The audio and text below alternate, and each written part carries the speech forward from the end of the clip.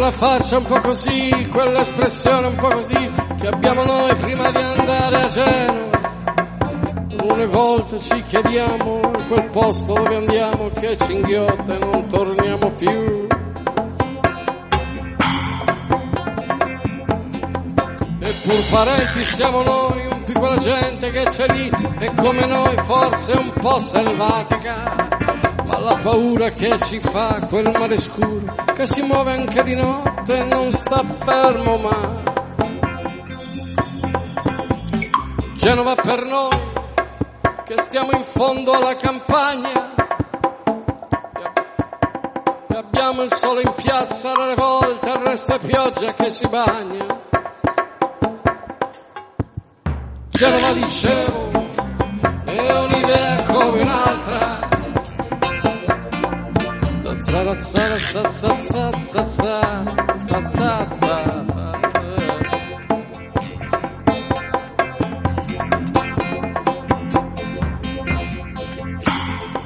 Con quella faccia un po' così, quell'espressione un po' così che abbiamo noi mentre guardiamo Genova.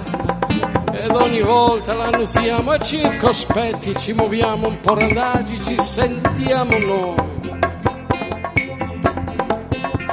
Maccaia, scimmia di luce, di follia,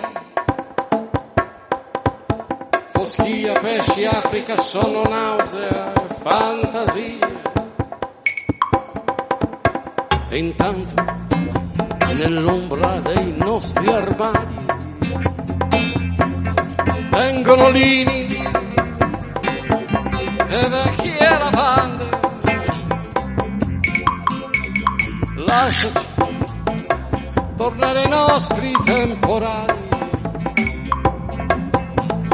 Genova, dai nostri giorni sempre uguali. E in questa immobile montagna, con la pioggia che ci bagna e gamberoni, sono un sogno e il sole è un lampo giallo al parapri. Con quella faccia un po' così, con l'espressione un po' così che abbiamo noi, che abbiamo visto Genova.